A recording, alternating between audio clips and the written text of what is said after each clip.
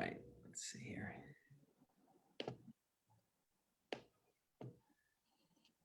Cool. Awesome. And yeah, we've got some people attending the webinar as well. So people will catch us directly through the webinar and then on Facebook Live as well. So we're live. Awesome. And so welcome everybody. My name is Steve Sargent, Chief Operating Officer at Performance Rehabilitation. I'm with Kim Levinsky of Sassquad Trail Runners, and really excited today to get to know Kim and really introduce she and Sassquad to the performance community. And yeah, we've been collaborating a little bit, and so we'll talk about that and kind of how that's happened and how that's going, mainly through James and Mission Clean Water. And so Kim, welcome. Glad that you're with us today. And let's just maybe kick off. I mean, tell us a little bit about yourself and kind of your background, and then we can kind of get into what you're doing now in Sassquad. Sure. Well, thank you, Steve. I appreciate the invite to be on here. It's been great to meet you guys, like you mentioned, through James Lightner and his Mission Clean Water initiative. So I've enjoyed getting to chat with you guys at his various events, including just this past weekend. You guys were out there at the Watchung Reservation. Yeah.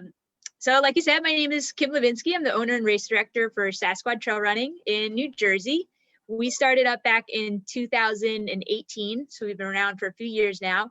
And we put on trail running events all around New Jersey. So we pride ourselves in being a welcoming community that's open to runners and hikers of all ages and paces. We love having families come out to our events, and especially more women out on the trails. So we're doing a lot of work to increase our female participation in the sport. Awesome. Awesome. That's great stuff. So 2018, and you guys have a lot of participation. I mean, so tell us a little bit about like the Sassquad community and, how that has formed and even just what's the makeup of that community now and how does it all work? Yeah. So we put on races. It's evolved now to about one race every month. We started out with just, it started as in the trail running community, it's called a fat ass event, which is kind of a crude name for the race, but it basically means it's a free event with no registration fee, no swag, no age. You just come and you run. So that's how Sassquad started in 2018. And we had 100 people show up for the event. And the response was very enthusiastic. Runners wanted to know, when is your next race? You got to put on more events. And so it was kind of just like a right time, right place type of thing where we found we were filling a need in the community just to present some more options for events in the tri-state area. And I like to say it escalated quickly. It was a slippery slope. We started putting on events, and within a couple of years now we're up to about one race every month. But beyond that, it's just what I love about Sassquad is it is a community, and we have a lot of great engagement from runners and hikers, really of all ages and paces. Our last race, we had a young girl who was 6 years old. And then we also had a runner who was, well, not that race, but the race before, 88 years old, arch seaman. So it's just really, I love that. You can have a race where, I mean, he's elderly, right? But he's still running. He's still, and to me, that's so inspirational. Right alongside, kids that are at the same race. So I just love that. I love that part of trail running. You find that across the country where just all ages, shapes, size can participate in the sport. That's a very unique element, I think, in any community, right? And I don't know how much interaction or engagement, occurs necessarily on the trail, but I imagine before and after the race, there's plenty of that. And, yes. Having done large events in the past, I know from experience that element of having, used to host and coordinate a large meal packing event called Feed the Need. And we'd have thousands of people come through and serve together. And in packing stations, 18 to 20 people in one sort of packing cell. And one of the most beautiful things that came out of that even though there was so much, I mean, people were getting, getting fed, of course, but like the volunteer element in the community that was developed, having someone in their 80s working next to a 6-year-old, Yeah. that element was so unique and so special. Mhm. I really enjoyed that. So as you were saying that, I was thinking back, remembering those days, saying, "Oh wow, yeah, that's a really cool." It's a really neat thing. And one of the other older runners, she's training partners with Arch, and her name is Kathleen. She's 77, I believe. We've Okay. become good friends over the last year or so just through the races, and we keep in touch through email. Yeah. And it's a neat thing. I love the intergenerational, interactions with the community. Yeah, yeah, that is awesome. So you'll have, I mean, how many people show up for these runs? It really depends. This is a tough year to ask that question because I we're get it. limited by the numbers that the state is putting out. So, for example, this past race that we had, we were limited to doing waves of 25 people spaced Yeah, out 30 minutes a time, but we sold out those waves. So we had 4 waves. So over the course of an afternoon, we had 100 runners come. They were just spaced out. But pre-COVIDian times, I think we topped out maybe 150, 160. So okay. they're not massive events. So Yeah, it's a neat opportunity to come and be able to interact with other runners without kind of getting lost in the shuffle of maybe a larger event.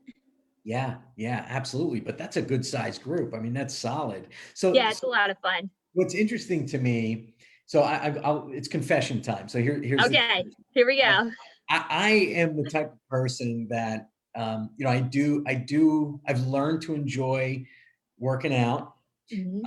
I didn't for decades, not since like high school football days.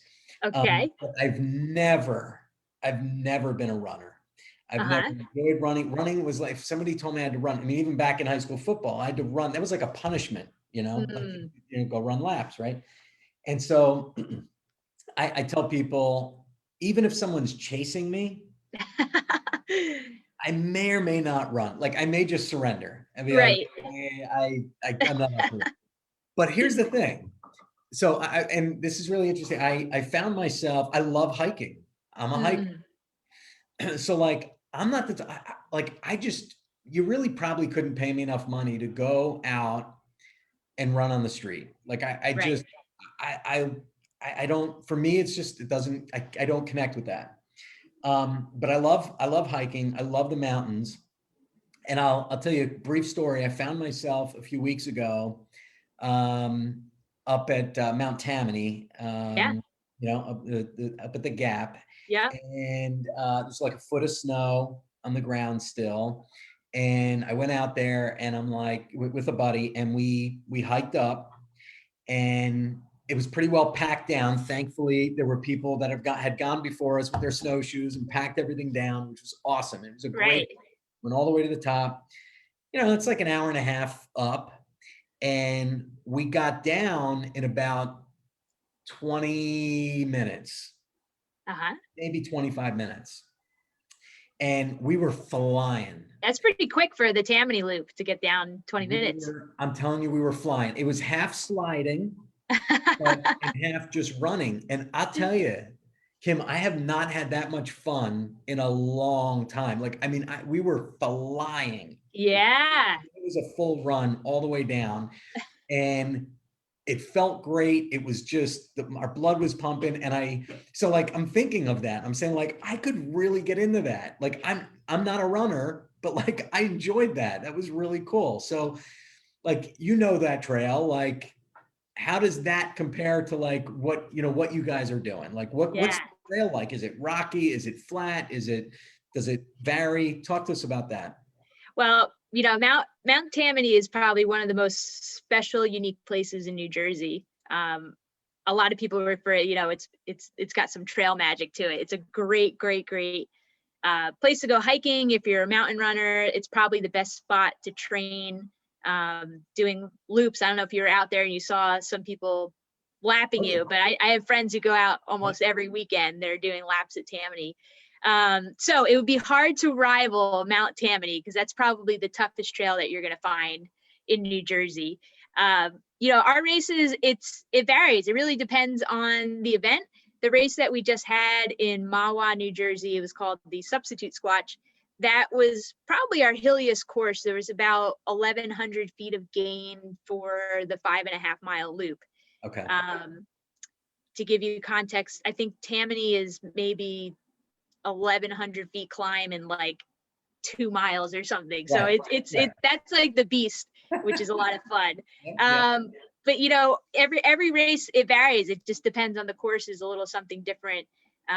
We're going to be at South Mountain Reservation in a couple weeks here, and that's going to be a little bit more mellow. There's a little bit of climbing, but the trails aren't as rocky and technical as what we just had in Mahwah. Definitely not compared to what Mount Tammany is. Okay. So it really just depends. It depends on the race. I like to think we've got a little something for everybody. So I love when runners or hikers reach out to me and say something like, hey, I'm a new trail runner. What race do you think I should sign up for? Or if they're just looking for trail recommendations, we love giving that out to help people. That's so cool. So how about gear? What are people generally like with these types of races? What do they need?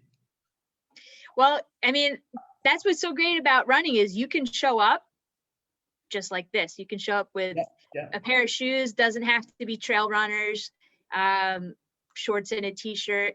It's probably like any other sport. You can really scale it, there's the joke in running that it's like a very cheap sport, and then a couple of years later you find yourself just spending a ton of money on gear. But it's a great just entry sport because it really is accessible in that all you need to do is just get out to the trails. You're going to be more comfortable in a pair of trail running shoes because the bottom, there's just the way they're designed, they have bigger what's called lugs, so there's more grip on the bottom, and a lot of them will have what's called a rock plate, so you're not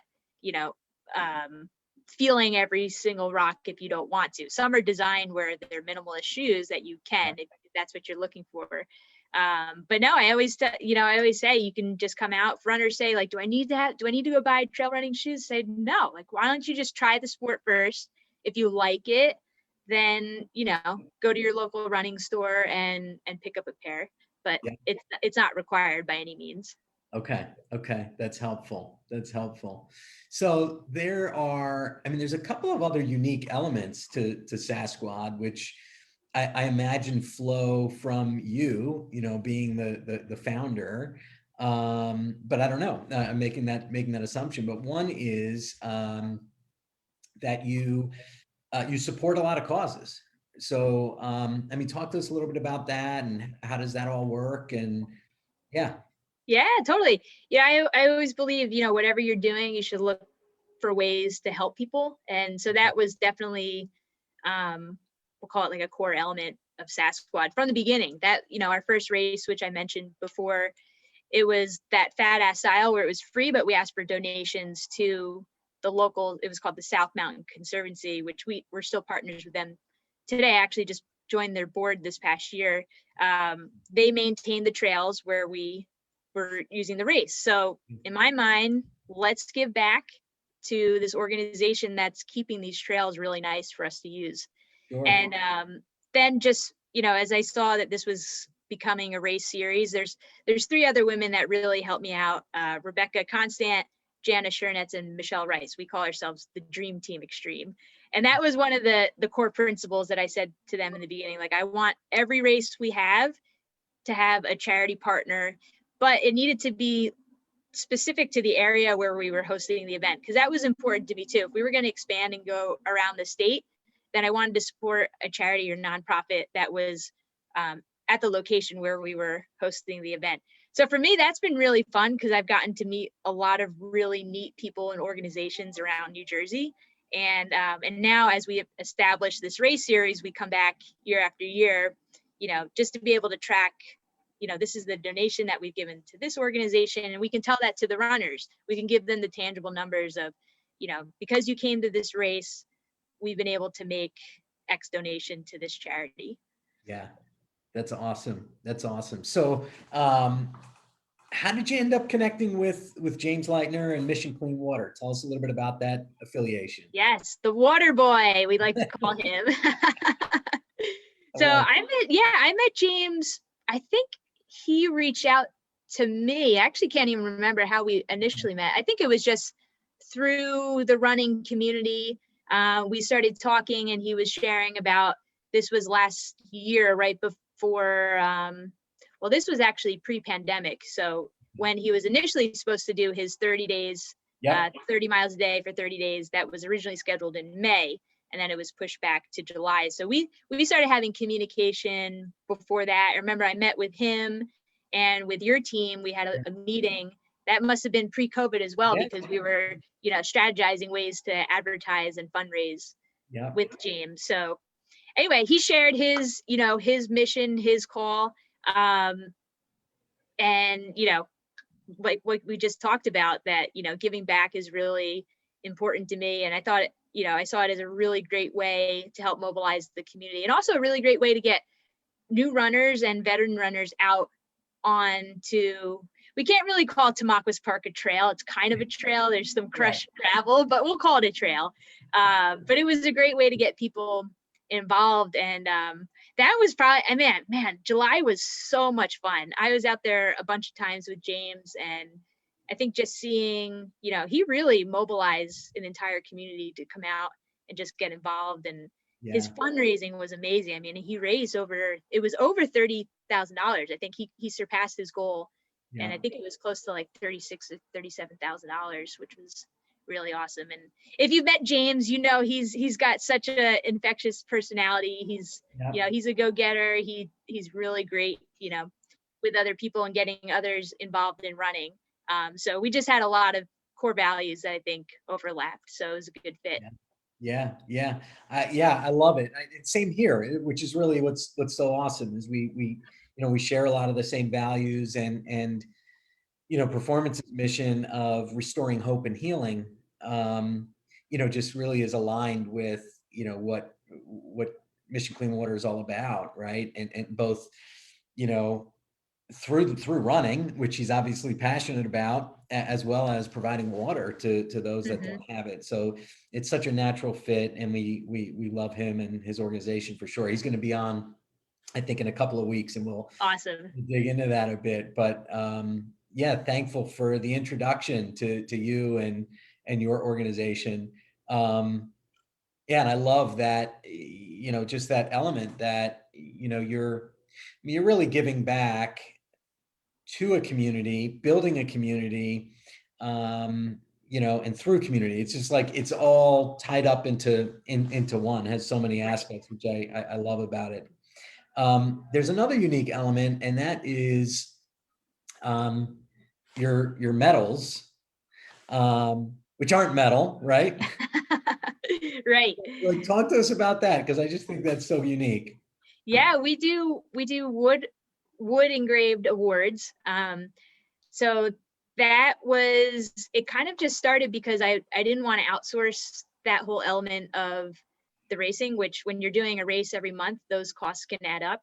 And I was just looking for something that was a little bit different. With running, there's so many, traditional medals that you can get. And so I thought, if you really need to do something different with something with maybe wood burning. So it started out, I was hand burning them with a whatever those are called, a hot knife or whatnot. Right. It took forever. I probably developed some arthritis in my hands. And after, 2 or 3 races, I thought, this is not sustainable. This is not going to work. And so I started bouncing around online and kind of stumbled in this whole new world of laser engravers. And I thought, oh my goodness, I didn't even know this exists. This is a thing. And this takes out all of the, the tedious work of using it by hand. And so I took a little risk, invested in the machine, and started using that for the races. And then what ended up happening was runners were coming to the events. They were seeing the awards and saying, wow, like, this is really great. Do you do any custom work? And I've definitely embraced the entrepreneur life, because I'm like, yes, definitely. And so that kind of started a whole nother just kind of facet of the business. And now I have a full-blown Etsy shop it's just exploded over the pandemic. I think just finding that niche of runners and hikers, because what happened is, we're not unique here in New Jersey, where all these races were getting canceled around the country and around the world. And so runners, we are still runners, so that didn't cancel running. So I had runners reach out and say, hey, I'm doing this event on my own. I want to get a medal, because it's all about the swag, right? Like, right. So since it's been over a year now, really since last March, I've been shipping out custom medals to all around the country, but also some have been overseas in Europe. And Get out. it's been a lot of fun. It's been really neat, because what goes along with that is I get to hear their stories too. I met a group. There's so many cool stories. A group in Alaska, right? This all women's hiking group, and they were doing some hike. I want to say it was Denali, but it probably wasn't Denali, because that's a really large undertaking. But they reached out and said, our women's group is doing this hike. We want to get medals. So I got to know them. I met a woman who last September, Tahoe 200 was canceled. And she said, I'm going to go do it on my own, and I want a buckle for it. So, I mean, that's amazing to go out and do the Tahoe 200 by yourself. So getting to make her a wooden buckle was very, very cool. That is so cool. That is really neat. How are they finding you? I think it's mostly through Etsy. In the beginning, I did a little bit of advertising on Facebook in some running groups, but since then I don't do any advertising. It's just, I think it's either organic or word of mouth. But the Etsy thing is nuts. It's like every day there's orders coming in from runners all over. Wow. Which is very fun. So I've gotten to meet a lot of unique people. That's cool. So if somebody wanted to find your Etsy shop, how do they find you? Yeah, probably the easiest way is just go to the Sassquad website, which is sassquadtrailrunning.com. And I've got a link there for the Squatch shop. It's appropriately called the Squatch shop. That'll link you right to Etsy. Or you can reach out to me directly and I can connect you with the link. That's cool. Awesome. That's awesome. So, so you do about a run a month, you said, right? Mm-hmm. So what do you have coming up, planned this summer as people, continue to look to get out? Yeah, our next race is on April 10th. That's called the Squatch Apple Trail Race. It's at the South Mountain Reservation in West Orange, New Jersey. So we have distances we've got an 11 mile, 20 mile, 33 mile, and 50 mile. And that now the outdoor numbers are up to 50. So we're able to do waves of 50 for each of those events. Okay. So that's on April 10th. And then May 1st, we just announced this last night. We're going to Stoke State Forest, which I'm so excited about. The state parks have been closed for a full year. That was our last state park event, was last March. And so the superintendent reached out to me and said, hey, Kim, we're doing permits again. And I nearly jumped through the roof. I was so excited. So that's going to be great. That is on May 1st. So the name, I can't say the name without laughing, and there's a whole backstory to it, but it's called the Thunder Chicken Squatch. Okay. The Thunder Chicken Squatch. Okay. So here's the backstory on this race. So the month of May, if you didn't know, is National Military Appreciation Month in the United States. And that's another one of our core values. We always offer 20% off to military and veterans any time of the year. So seeing that May is National Military Month, I thought, man, it would be really great. Let's do 50% off all military and veterans for this race. The name comes from an interview we just did with one of our runners. Her name is Samantha DeRozier. She serves in the active duty Army. And over the course of this interview that we just had with her last week, she shared with us this hilarious story about her call sign. So call sign in the Army is something you use when you're on the radio. And she shared with us her call sign name is Thunder Chicken. And I mean, we were just rolling on the floor. It escalated. People were commenting hashtag Thunder Chicken. And so when I got word that Stokes was back open, it was Military Appreciation Month, I thought, no question about it, we're calling this race the Thunder Chicken Squatch. And anyone who's military or veterans gets 50% off their registration for that. So that's on May 1st, and it's a 17-mile and a 7-mile event at Stokes. So cool. Wow, that is so cool. Oh my gosh, great stories. Are you journaling all this? Are you Yeah, a friend of mine just said, another woman who was on our interview, she's a journalist, and she said, Kim, you really got to be taking videos and documenting this so that 5-year, 10-year anniversary, you can have something. And I'll be honest, I haven't, and I think we really need to, because that would be, she made a good point. It's important to document this stuff as it's happening. Yeah, well, hopefully, webinars make that a little easier, right? It's automatically yes. recorded. You can go back and scroll through and pull clips out and stuff. So, right. Oh my gosh. Well, that's awesome. Yeah, in all your free time, you could do video and, production. Yeah. Oh my gosh. Well, that's awesome. Yeah, gosh, really, it's exciting. It's exciting to see and watch and to participate in some level in what you're doing and connect with you at some of these other races. And I know our team has really enjoyed getting to know you personally and your organization. It really is awesome. And we're excited to just introduce the performance community to Sassquad. And, we love to see people not only get back to doing what they love, but to find new ways, new passions and new outlets, and to stay in shape and stay active and keep moving. And it's just such an important part, that active rehabilitation is such an important part of our philosophy, our treatment philosophy, versus sort of the traditional healthcare model, which is immobilize, and that's just not our model. Obviously there are certain injuries when you have to do that, but we like to see people moving, and we need to do that. So that's important. Well, it's been awesome. It's been awesome chatting with you, and again, just kind of introducing you and getting to know you better.